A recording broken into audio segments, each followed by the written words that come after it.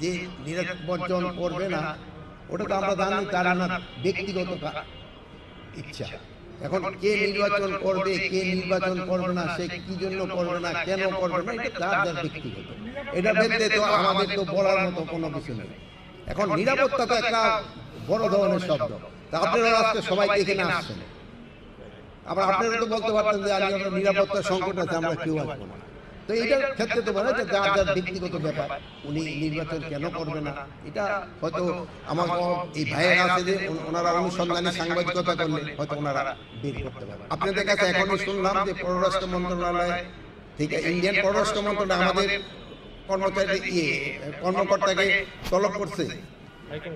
আমরাও কিছুদিন আগে তাদের তলব করছিলাম, আপনারা জানেন। তো সাধারণত ওই পররাষ্ট্র বিষয় থাকে, একজন তলব করলে আবার আরেকজন, এইটাই সাধারণত নিয়ম। ওসমান হাদি ভাই আহত এবং উনি সিঙ্গাপুরে